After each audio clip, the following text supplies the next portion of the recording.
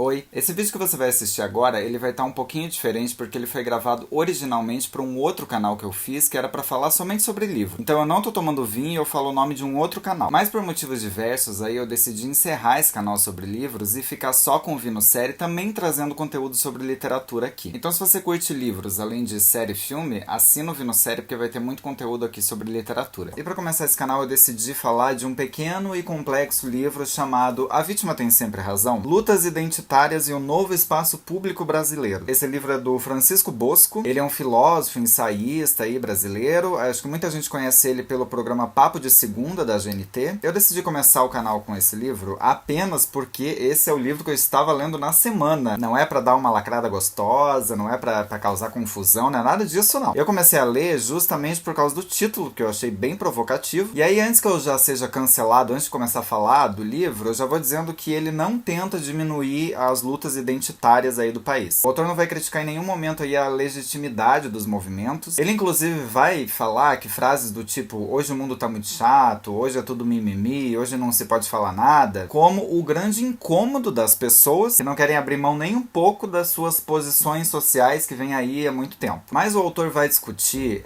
em até que ponto aí alguns grupos de minorias aí, entra LGBTQI+, o movimento negro, o movimento feminista, até que ponto eles podem acusar indivíduos sem que esses indivíduos tenham sequer o direito de defesa. Porque na visão dele seria mais efetivo você tentar lutar e acusar uma estrutura social que acaba gerando esses preconceitos do que um indivíduo que reproduz isso. Porque na visão dele, quando você tenta também compensar a injustiça estrutural com mais injustiça, as coisas não saem muito do lugar. Bom, não é um livro muito fácil de ler, né? Porque é um ensaio bem complexo. Em alguns momentos eu me sentia assim 100% burro, eu não entendia nada do que eu estava lendo, mas eu achava bem bonito. Em outros momentos eu fiquei bastante reflexivo. O livro vai falar bastante dos cancelamentos e dos linchamentos virtuais aí que acontecem todos os dias, e é a parte mais interessante, pelo menos que eu achei aqui nesse livro. Ele começa tentando entender como nós, brasileiros, saímos de uma tal pacificidade aí que a gente vivia, que nós éramos um povo bem good vibes, e viramos grandes problematizadores. E aí, na visão dele, o fim dessa pacificidade aí teve seu ápice nas manifestações de junho de 2013, no colapso do lulismo, que teria derrubado esse mito da cordialidade brasileira, e na explosão das redes sociais, que hoje são um grande espaço público de discussão aí no Brasil e no mundo. Bom, esse livro causou aí bastante polêmica quando saiu, porque obviamente as pessoas questionaram como um homem branco de classe média alta e heterossexual estava querendo discutir a legitimidade dos grupos identitários. Isso o próprio Bosco coloca aqui no começo, então eu acho que ele já sabia que as críticas vinham. O que eu percebi, falando de maneira bem geral, é que o Bosco não gosta muito dessa insistência dos grupos em colocar tudo de maneira maniqueísta. Ou seja, fulano é mal, ciclano é ruim, e assim vai indo. Porque isso acaba polarizando todos os grupos, inclusive diminuindo, né,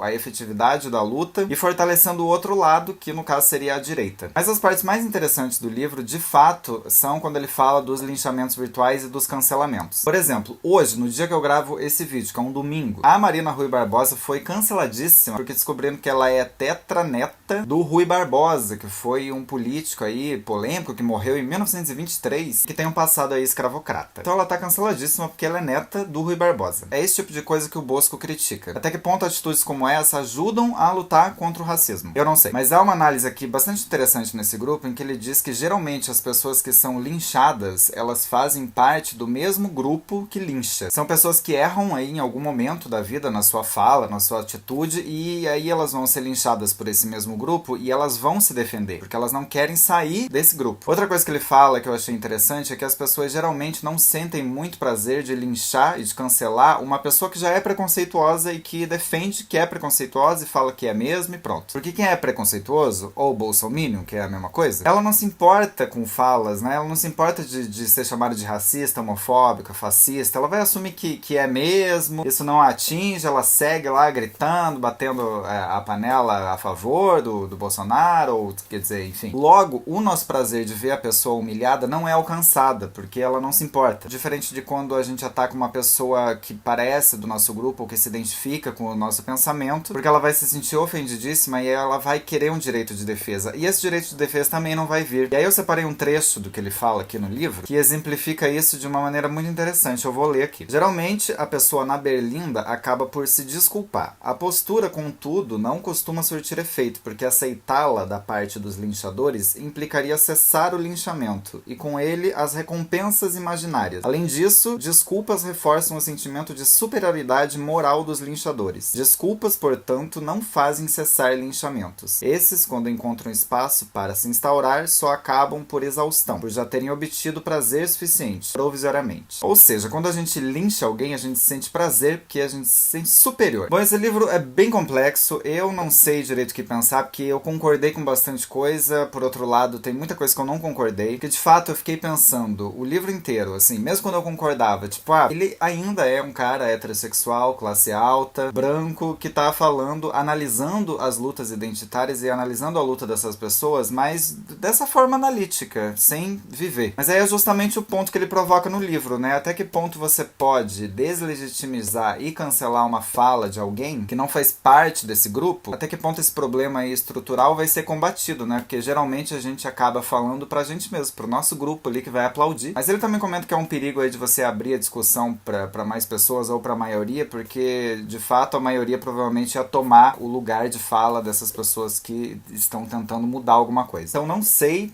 é um livro aí pra discutir. Vocês, por favor, se gostaram aí do tema, leiam e me digam o que vocês acham, me ajudem. Se você já leu, comenta aí aqui embaixo o que você achou do livro, o que você acha de toda essa discussão. Por favor, não me cancelem. Se você gostou do primeiro vídeo do canal, por favor, não esquece de curtir, comentar, compartilhar, assina aqui o canal e a gente se vê no próximo vídeo com um novo livro. Tchau!